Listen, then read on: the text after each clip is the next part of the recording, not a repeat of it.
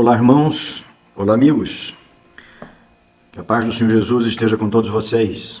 Novamente aqui para mais um momento de rápida reflexão sobre o assunto que estaremos conversando sobre ele no próximo sábado.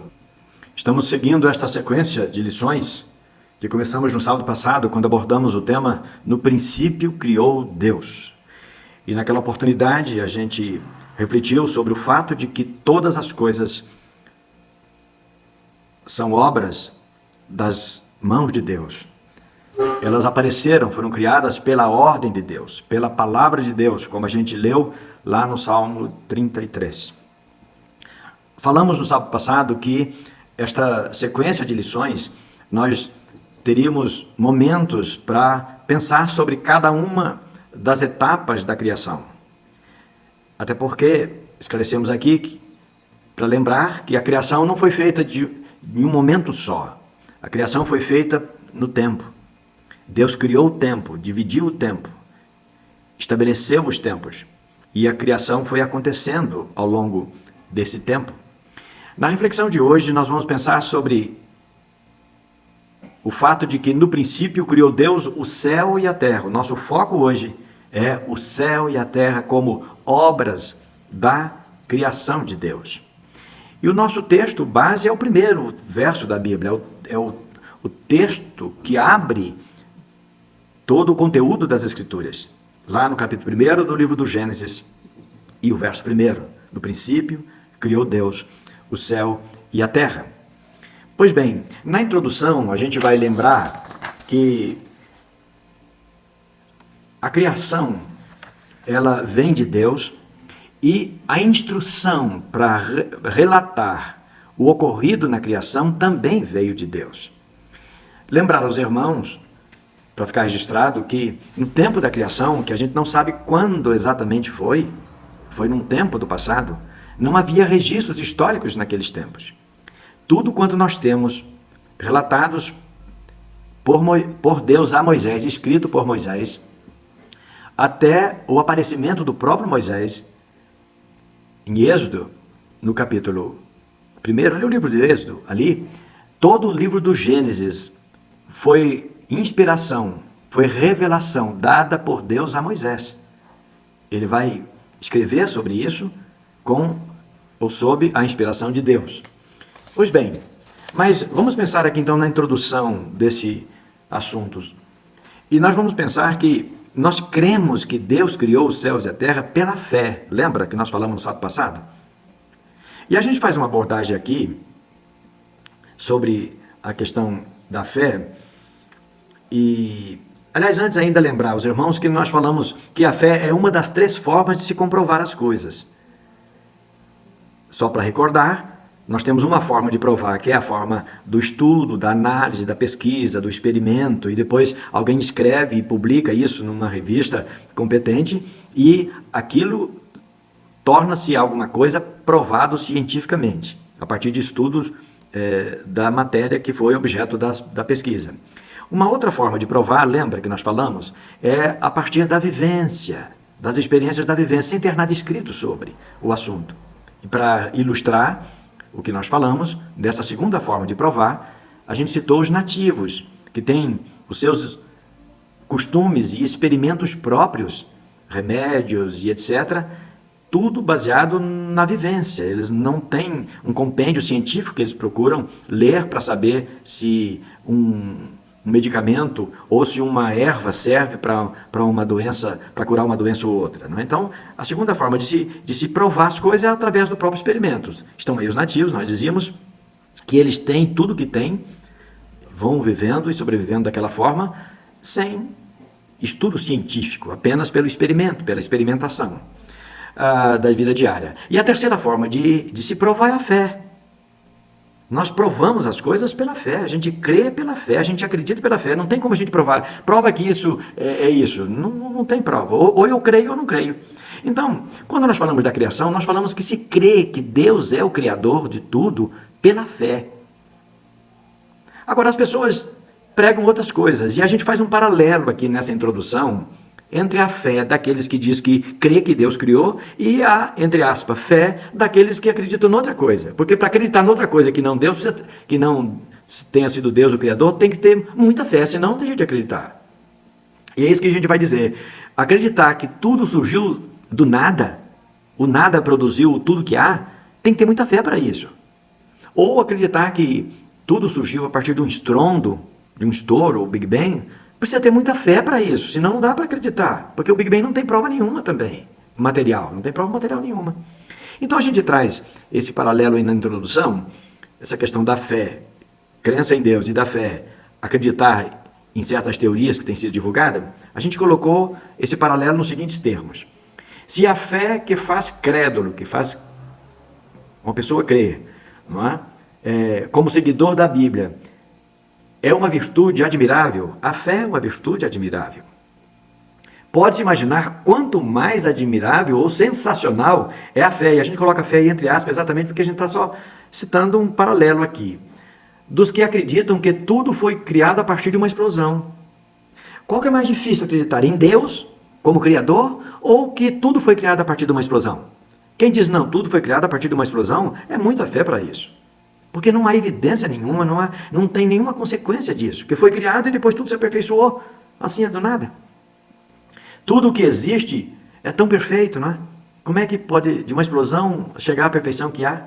Tudo se encaixa em uma sincronia tão fina e exata, desde a mais singela das criaturas, até os mais elevados sistemas, galáxias e planetas. Como acreditar que tudo surgiu do nada e por si só, sem atuação de ninguém? Acreditar nisso é muito mais profundo do que acreditar em Deus. Acreditar que tudo que existe, com a perfeição como tudo funciona, como obra do acaso, é fé? A gente pergunta, ou não é fé? Claro que é loucura. O homem quer ter uma resposta dele, criada por ele, que pode satisfazer a sua própria necessidade, o seu próprio egoísmo. Mas ele cria um embaraço. Como eu disse, tem que ter mais fé para acreditar que tudo foi criado a partir de uma explosão, do que ter fé em Deus.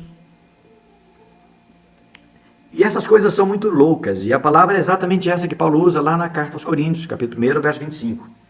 Porque a loucura de Deus é mais sábia do que os homens, e a fraqueza de Deus é mais forte do que os homens. Então é isso, a gente faz esse paralelo. Acreditar que tudo veio do nada é uma fé admirável acreditar nisso. Deixar de crer em Deus para acreditar nisso, essa força, essa percepção é muito mais forte do que a percepção de ter Deus como Senhor e Criador de tudo. Não é? Mas na reflexão 1, estamos falando sobre céu e terra como criações divinas. Quando a Bíblia fala que Deus criou os céus e a terra, significa que toda a criação foi planejada, montada e executada por Ele para um fim. Entenderam, irmãos? Quando Deus criou o céu e a terra, criar é muito vago isso. A gente deve compreender que Ele criou, não foi que Ele criou e largou lá e a criação foi desenvolvendo. Ele planejou tanto a criação quanto depois a finalidade daquilo. Tudo funciona porque foi planejado.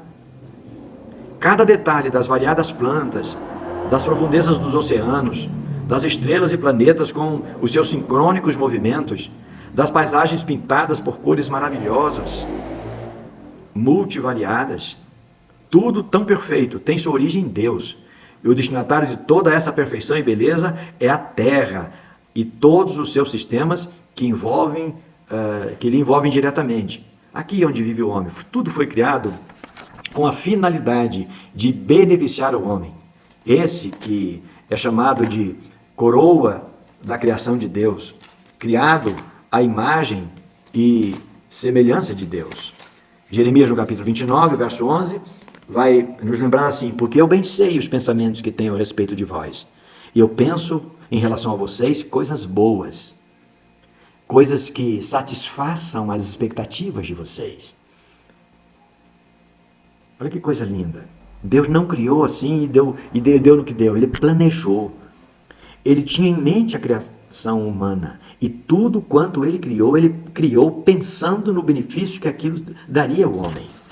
Então toda a natureza, toda a criação, toda a vegetação, toda a flora, toda a fauna, tudo isso foi planejado por Deus com uma finalidade: o prazer, o bem-estar e o conforto do homem criado à sua imagem e semelhança. Graças a Deus. Na sequência 1, a gente vai lembrar que muitas discussões têm se levantado sobre essa lacônica afirmação. Essa afirmação que diz: no princípio criou Deus os céus e a terra. E as pessoas discutem muito isso. Mas nenhuma pode se afirmar conclusiva. Ela fica apenas no campo das cogitações. O planeta teria sido criado antes da vida e do tempo serem estabelecidos. Ou foram criados de uma vez só? Na criação a gente lê lá no princípio, mas qual é esse princípio? Quando foi esse princípio? Quando se deu esse começo? Pensando na nossa fé que temos em Deus como Senhor e Criador, nós podemos afirmar com muita tranquilidade e muita humildade que questões como essas nunca serão respondidas pelo ser humano, quaisquer que sejam os seus métodos de cálculo a serem utilizados. Deus criou. Esse é o fato. A Bíblia diz que Deus criou. E para nós que temos fé nessa palavra do Senhor, isso nos basta. Isso nos é suficiente. Nós cremos que Deus criou e pronto. Pedro, quando escreve na segunda carta, falando das pessoas que debocham de Deus, não têm sua crença firmada em Deus, Pedro escreveu no verso 5 do capítulo 3 da segunda carta: eles, os descrentes, os incrédulos, voluntariamente ignoram isso. Quer dizer, eles sabem que a criação exige que tenha sido um criador que tenha criado. Entretanto, eles ignoram de propósito que, pela palavra de Deus, desde a antiguidade, existiram céus e terra que foram tirados da água e no meio da água subsiste. Quer dizer, Deus criou com um propósito. Deus criou com uma finalidade. Deus criou para que fosse mantido de uma certa maneira. Ele não só criou, mas também ele providenciou os meios da sua manutenção. Como tudo seria mantido. Não é? Mas os incrédulos sofrem e ficam aí à mercê de conjecturas que nada esclarece, nada explica. Deus criou, é o que Pedro diz. Eles ignoram que Deus criou e do jeito que ele criou permanece. Mas na reflexão 2 a gente vai pensar que é impensável ao ser humano o ato da criação. Nós não sabemos imaginar isso. Como teria sido Deus ir mandando e tudo indo aparecendo nada? Esse processo deve ter sido uma coisa estupidamente maravilhosa. A nossa mente não consegue. Primeiramente a terra com sua abóbada chamada céu que a envolve. Nossa mente não alcança decifrar o tamanho desse espetáculo. Da criação disso. Como isso foi formado, nós conhecemos o processo da construção. Vai acontecendo, cada dia a gente vê um tamanho diferente, depois as cores, depois os acabamentos, mas Deus foi criando, foi formando isso pela sua palavra. Talvez seja por essa limitação humana que a inspiração divina deu a Salomão a mais bela descrição. Narrada com o cognome de sabedoria. Salomão faz uma descrição sobre a criação falando de sabedoria. Aliás, ele dá o nome de sabedoria. E aí, se você lê Provérbios, eu aconselho que você leia Provérbios capítulo 8, versos 22 ao 31, muito lindo. Há uma descrição, a gente vai entrando nisso daí. E o verso 22 começa assim: o Senhor me possuiu lá no princípio dos seus caminhos, e antes das obras mais antigas. Desde a eternidade fui gerada, lá eu fui ungida. Desde o princípio, antes do começo da terra, antes de haver abismo. E ele vai fazendo uma descrição. E eu acho interessante que ele vai finalizar essa descrição falando como Deus estendia os céus e fazia tudo, as coisas se organizarem de forma sincrônica. No verso 30 ele diz assim: então eu estava com ele e era seu aluno, e era cada dia as suas delícias.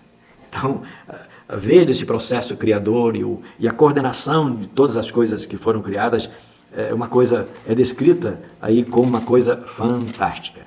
Deus criou. Veja, há uma descrição, a inspiração divina inspirou alguém num tempo em que se não se discutia essas coisas. Mas Deus inspirou alguém para que descrevesse em linguagem poética, não é? Em verdade, sem maiores detalhes, mas descreveu a complexidade, a beleza, a sublimidade de tudo quanto foi criado. Pois bem, na sequência 2, nós vamos partir aí por uma conclusão, não é? A respeito dessa questão que Deus, se foi Deus que criou o céu e a terra ou não. E a gente vai dizendo que é curioso observar que a informação sobre a criação do céu e da terra, não há qualquer indício de que Deus tenta provar que Ele é o Criador. Tudo que a gente lê sobre... Deus nunca se preocupou em dizer, foi eu, olha para isso, olha para aquilo. Não. Não existem argumentos elaborados para provar nada. Deus nunca se preocupou em fazer isso com o homem. Eu sou Deus. Para Moisés, diz, Moisés, diga ao povo que é Deus quem te mandou. Não importa. Deus, eu sou Deus, eu fiz, eu faço. Eu determino. Deus inspirou Moisés para escrever da forma mais simples tudo quanto há sobre a criação. No princípio, Deus criou os céus e a terra. Desse modo, o que resta aos homens é aceitar e admitir que Deus é o Criador. Ou ficar nas escuras, buscando uma luz, sem qualquer resposta minimamente razoável. Como sofrem as pessoas que não creem? Como sofrem as pessoas que não têm fé? Que não exercem a fé para acreditar na palavra de Deus? Ficam tentando provar sem conseguir provar nada.